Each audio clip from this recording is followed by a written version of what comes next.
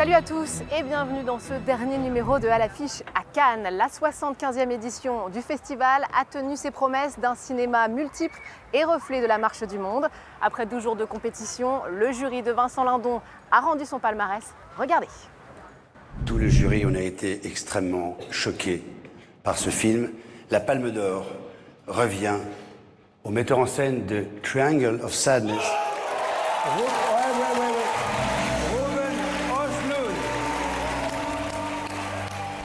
Le réalisateur suédois remporte donc sa seconde Palme d'Or à Cannes, avec Triangle of Sadness, une satire sur les super riches et le monde du luxe. En commençant ce film, nous n'avions qu'un but, vraiment essayer de faire un film qui intéresse le public et qui le fasse réfléchir, avec provocation. Can you relax your triangle of sadness? That's like between your eyebrows here. Okay. A little bit more. Okay. And open your mouth so you look a little bit more available. Okay, not that much, a little bit less. Ruben Östlund rejoint le club très fermé des doubles palmées d'or, dans lequel on retrouve notamment les frères Dardenne. Le duo de réalisateurs a lui été couronné du prix spécial des 75 ans du Festival de Cannes, avec Tori et Lokita, un film sur le combat de deux enfants migrants. Quand on est arrivé en Sicile, il y a eu une femme, Paola, qui venait nous voir dans notre centre et elle nous a appris une chanson de chez elle.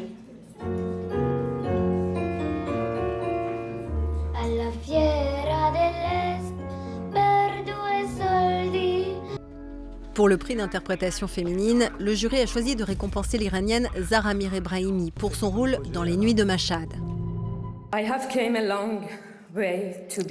J'ai le sentiment d'avoir eu un parcours très long avant d'arriver ici, sur cette scène. Et maintenant, je me trouve devant vous tous.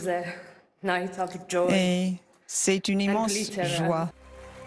Déjà connu pour son rôle dans Parasite, Palme d'Or en 2019, l'acteur sud-coréen Song Kang-ho a lui remporté le prix d'interprétation masculine avec le film Nos bonnes étoiles du réalisateur japonais Koreeda, l'histoire d'un patron de pressing qui revend des bébés abandonnés.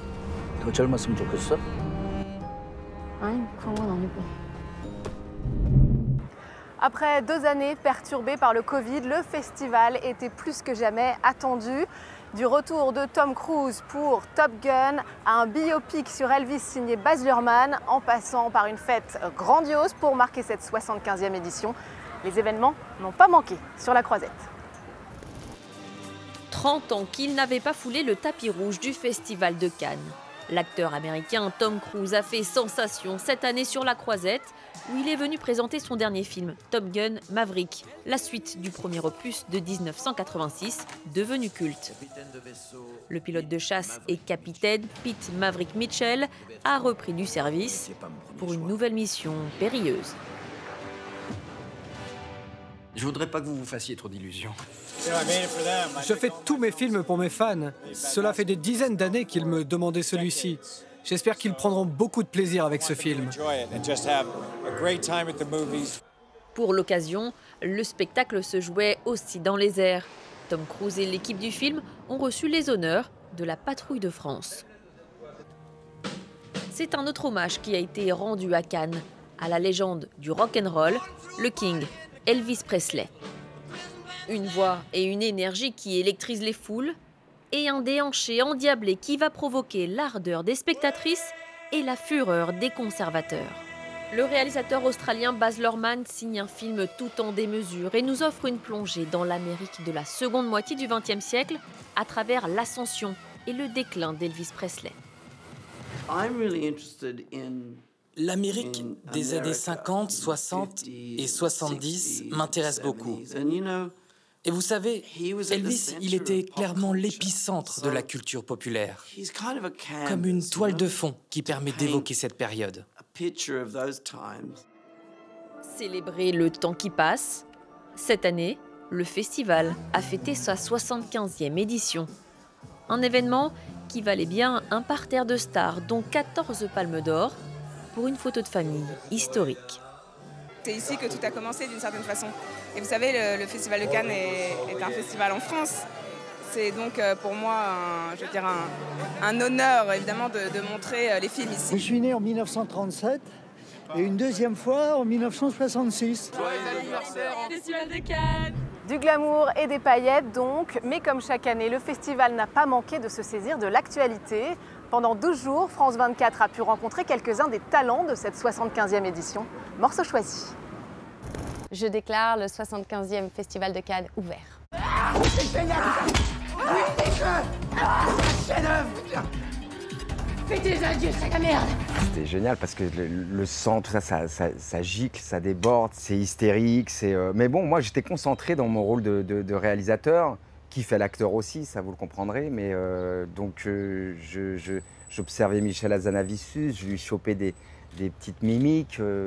Je pensais au réal que j'avais croisé. Franchement, pour chacun de nous, je pense que c'était assez jouissif. Alors vous êtes tous les deux à l'affiche de Don Juan de Serge Boson, présenté dans la sélection Cannes Première, une sorte de Don Juan inversé. Je crois que vous l'avez qualifié, Virginie, de féminin féministe. Qu'est-ce que ça veut dire exactement? Je ne sais pas trop ce que ça veut dire, mais j'ai trouvé que ça sonnait bien. Voilà. Quand une femme quitte un homme, c'est qu'elle ne l'aime plus. C'est pas la découverte du siècle? Je fais partie de ces acteurs-là qui sont nés ici. Tu t'étais rendu compte après le Prophète que tout serait différent? Oui, c'est sûr, parce que je l'ai senti, je suis monté, il n'y avait rien.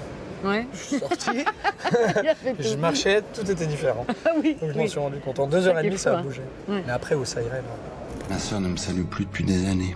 Quand elle me croise dans la rue, elle s'enfuit avec horreur. Les rôles, plus ils sont difficiles, plus ils m'apparaissent comme infaisables, plus j'ai envie d'y aller, quoi.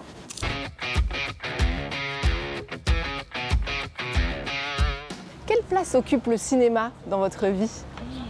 Sachant que je gère aussi la direction artistique de mon image de manière générale dans mes clips, ça a beaucoup de place parce que du coup ça m'inspire beaucoup et j'adore le cinéma, surtout le cinéma français. Ce type est dangereux, il me ment depuis le début. Arrête, quoi. Arrête. Arrête quoi? S'il te plaît, il va pas la tuer, ok? Tu te calmes maintenant. C'est la vie de ta mère, qu'est-ce que tu veux y faire? Laisse-la tranquille. Je viens présenter 3 films, 2 que je n'ai pas encore vus, un que j'ai vu puisque c'est mon film, et là j'ai un trac au maximum puisque c'est la première fois qu'un film que je mets en scène est montré dans la salle lumière.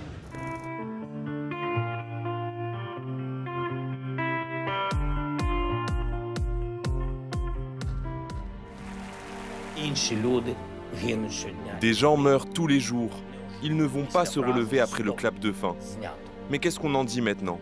Le cinéma va-t-il se taire ou va-t-il en parler?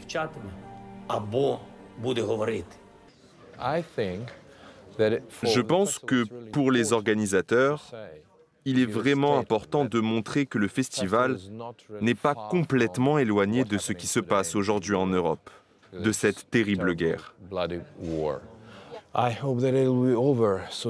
J'espère qu'elle se terminera, tôt ou tard, car la chose la plus terrible est la souffrance des gens, la violence. Malik? Non, c'est Mohamed. Il est où, Malik? J'ai appelé la police, j'ai appelé ses copains, personne n'a vu. Personne ne sait rien. La police? Ouais. Pourquoi t'as appelé la police? Qu'est-ce qui se passe? Parler de Malik Oussekine et de Abdel Ben Yahya, c'est quelque chose qui, moi, j'avais pas loin de 30 ans, je crois, 28 ans, 30. Et donc j'étais en direct avec les événements à cette époque-là. Tout le mouvement de la loi de Vaquet et les violences policières qui se sont passées à 2 endroits différents. Une très connue, qui est celle de Malik, et une moins connue, celle d'Abdel. J'ai décidé, après mon horloge personnelle, de dire, bon bah voilà, je vais faire ce film aujourd'hui. Vous êtes à l'affiche de Novembre, une plongée au sein de la brigade antiterroriste pendant les 5 jours qui ont suivi les attentats de Paris en 2015. La présentation fait d'autant plus événement qu'elle intervient alors que se tient à Paris le procès justement de ces attentats qui ont fait 130 victimes. Cette résonance avec l'actualité vous a pas fait peur? Là, ce qu'on se dit, c'est qu'on va laisser le procès se faire parce que, évidemment, il faut protéger cette affaire et que la justice fera son travail. Je pense qu'il fallait avoir une bonne distance et une bonne pudeur. Dès la lecture du scénario, moi j'ai été immédiatement rassurée parce que j'ai vu que Cédric Jiménez avait une approche, qu'il était à la juste place pour filmer surtout un service d'enquête en fait. J'ai une écoute intéressante chez Ben Kadra. Il doit rejoindre un certain Mokrani dans la soirée. Tu me connais un Mokrani? Non, moi ça me dit rien. Non, moi non plus. C'est une histoire qui nous a tous touchés quand on habite à Paris particulièrement. Après, cette nuit, elle est aussi un peu particulière pour moi puisque mon petit frère était au Bataclan. Il a survécu. Je me suis beaucoup aussi inspirée des discussions que j'ai eues avec lui dans les jours qui ont suivi, dans les mois qui ont suivi. Je me souviens plus de rien. Vous aviez commandé un verre de vin. J'ai pensé que vous attendiez quelqu'un. Et puis, en une fraction de seconde, vous avez disparu. Il y avait un groupe de Chinoises qui vous masquaient. Et quand vous êtes réapparu, vous aviez de l'encre partout sur les mains. Vous venez de recevoir le César du meilleur acteur pour De son vivant d'Emmanuel Berco. Vous voilà à Cannes pour monter les marches. On a l'impression que votre carrière connaît un nouveau souffle. Vous le vivez comme ça ou pas? Je vais vous dire un truc, je pense que c'était... Je savais que ça allait s'écrire comme ça parce que quand j'étais plus jeune, je pensais que cet âge-là, c'était l'âge idéal pour un homme. Travailler avec sa matière, travailler avec son vécu, avec son histoire. Et la quarantaine, ouais, je savais qu'il allait se passer des choses.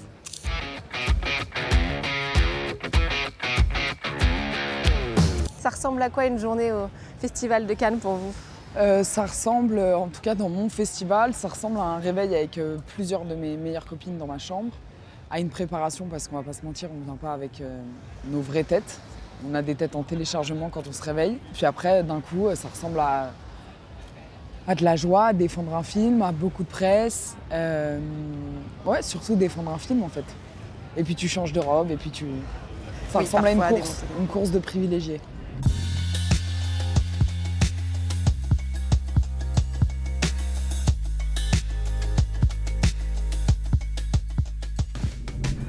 C'est la fin de ce dernier rendez-vous sur la Croisette. Merci à toutes les équipes techniques et éditoriales de France 24 qui nous ont permis de vous faire vivre ces 12 jours de festival.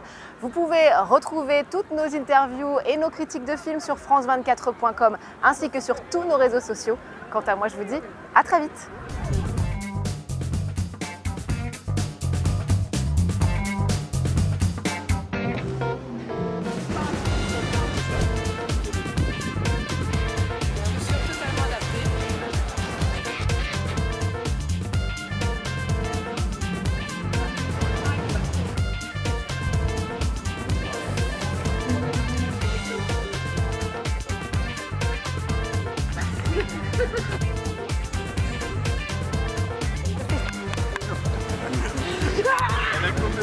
Hello.